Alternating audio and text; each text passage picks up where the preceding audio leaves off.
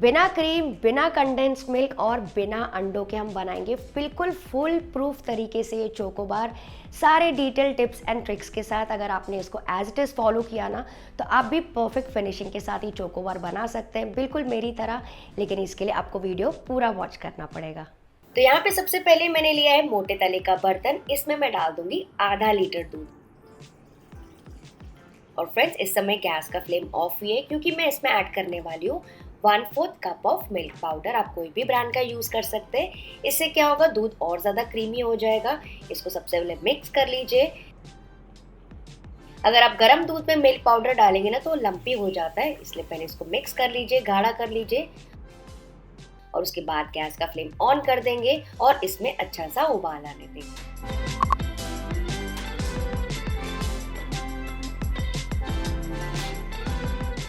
ये देखिए, इसमें अच्छा सा उबाल आ गया। दूध को और करने देंगे। और इस वक्त मैं इसमें डाल रही हूँ मिठास के लिए 1/4 कप ऑफ शुगर। आप मिश्री का पाउडर डाल सकते हैं, मैं मिश्री का पाउडर ही यूज़ कर रही हूँ। शुगर का पाउडर डाल सकते हैं, शुगर यूज़ कर सकते हैं, जो आपको पसंद हो मिठास के लिए वो डाल के इसको मिक्स करते जाएंगे और उबलने देंगे और 2 से 3 मिनट के लिए, ताकि शक्कर उसमें अच्छे से मेल्ट हो जाए और दूध थोड़ा सा और गाढ़ा और क्रीमी हो जाए। तो जब तक ये दूध कढ़ रहा है, गैस का फ्लेम लो कर देते हैं, उसको पीछे छोड़ देंगे। यहाँ पे हम करेंगे दूसरी तैयारी। बोल में मैंने लिया है 2 टेबलस्पून ऑफ कॉर्नफ्लावर या फिर कॉर्न स्टार्च।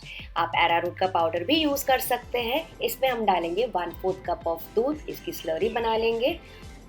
और जो दूध है ना, रूम टेम्परेचर पे या फिर फ्रिज का होना चाहिए, ताकि इसमें कोई भी लम्स ना पड़े। ये देखिए, घोल तैयार हो गया। इससे हम अपने दूध को गाढ़ा करेंगे। चलिए दूध भी चेक कर लेते हैं। देखिए, दूध थोड़ा सा और गाढ़ा और क्रीमी हो गया है, तो इसमें थोड़ा थोड़ा करके ये कॉर्नफ्लावर का घोल डालते जाएंगे और लगातार मिक्स करते जाएंगे। जैसे कि दूध गाढ़ा हो जाए, तो गैस का फ्लेम इस वक्त लो मीडियम ही रखना है। तो उससे क्या होगा, कॉर्नफ्लावर का कच्चापन निकलता भी जाएगा और दूध गाढ़ा भी होता चला जाएगा। तो इसको डालते जाइए और इसके बाद मैंने इसको पकाया करीबन 3 से 4 मिनट के लिए। ये देखिए कितना ज्यादा गाढ़ा और क्रीमी हो गया है दूध। ये एकदम ही स्मूथ है, इसमें कोई भी लम्प्स नहीं है और ये मोटी कंसिस्टेंसी का, मतलब एकदम थिक पोरिंग गाढ़े कंसिस्टेंसी का है। और मान लीजिए अगर आपको ऐसा लगे कि इसमें लम्प्स पड़ गए हैं, तो आप क्या कीजिएगा, इसमें थोड़ा सा ब्लेंडर आप चला सकते हैं। तो ये देखिए, मैं इतनी थिकनेस रख रही हूँ, काफ़ी क्रीमी भी हो गया है। गैस का फ्लेम ऑफ कर देंगे और अब फ्लेवरिंग के लिए मैं इसमें डाल रही हूँ 1 टीस्पून ऑफ वेनिला एसेंस, क्योंकि हम वेनिला आइसक्रीम बनाएंगे सबसे पहले। और इसको भी अच्छे से मिक्स कर लेंगे और अब इसको थोड़ा सा रूम टेम्परेचर पे आने देंगे। तो ये आपकी बेस जो है ना तैयार हो गई है फ्रेंड्स वेनिला आइसक्रीम के लिए। आपको चाहिए तो आप इसके एंटायर वेनिला आइसक्रीम के सारे बार्स बना सकते हैं, लेकिन मैं क्या कर रही हूँ, इसको डिवाइड कर रही हूँ 2 पोर्शंस में। एक मैं बनाऊंगी वेनिला के आइसक्रीम्स एंड दूसरे जो है ना पोर्शन, वो अभी हल्का सा ही गर्म है, तो इसी वक्त मैं इसमें डाल रही हूँ 1 से 2 टेबलस्पून कोको पाउडर। आप कोई भी ब्रांड का यूज़ कर सकते हैं, चॉकलेट पाउडर यूज़ कर सकते हैं, ड्रिंकिंग चॉकलेट यूज़ कर सकते हैं, या फिर सिंपल कोई भी चॉकलेट मेल्ट करके डाल सकते हैं। इतने सारे मैंने आपको ऑप्शंस बता दिए। तो इसको मिक्स कर लेंगे। ये देखिए, जैसे जैसे मिक्स करते जाएंगे वो अच्छे से उसमें समा जाएगा। ये देखिए, चॉकलेट कलर का बेस भी हमारा रेडी हो गया है। तो दोनों बेसिस रेडी हो गए। अब मैं आपको दिखाती हूँ मैं कौन से कुल्फी मोल्ड्स यूज़ कर रही हूँ। ये देखिए, ये वाले मैं यूज़ कर रही हूँ, ईजिली मिल जाएंगे आपको ऑनलाइन। अमेजोन से मैंने खरीदा है, उसका लिंक मैं डाल दूंगी। मुझे बस इसका जो शेप है ना एकदम ही परफेक्ट लगा चोकोबार के लिए, इसके लिए मैंने बाय किया है। आप किसी में भी इसको बना सकते हैं, डिस्पोजेबल कप्स में भी बना सकते हैं। तो आधे में डाल देंगे वेनिला का मिक्सचर और बाकी तीनों में मैं डाल रही हूँ चॉकलेट का मिक्सचर।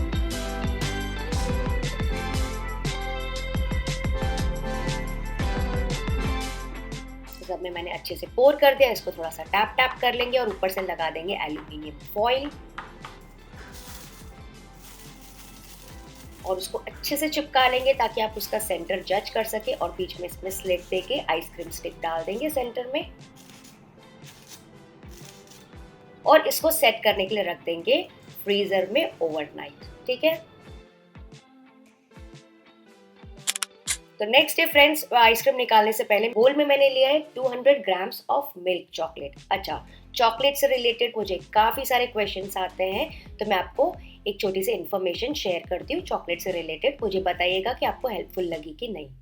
तो फ्रेंड्स, मुझे बहुत सारे कमेंट्स आते हैं कि चॉकलेट कौन सा खरीदना है। तो इस टाइप का स्टोर हर सिटी में ऐसे अवेलेबल होता है, बेकिंग हब। आप वहाँ पे जाके चेक कर सकते हैं। वहाँ पे आपको हर कोई जो भी बेकिंग का सप्लाई होता है ईजिली मिल जाएगा।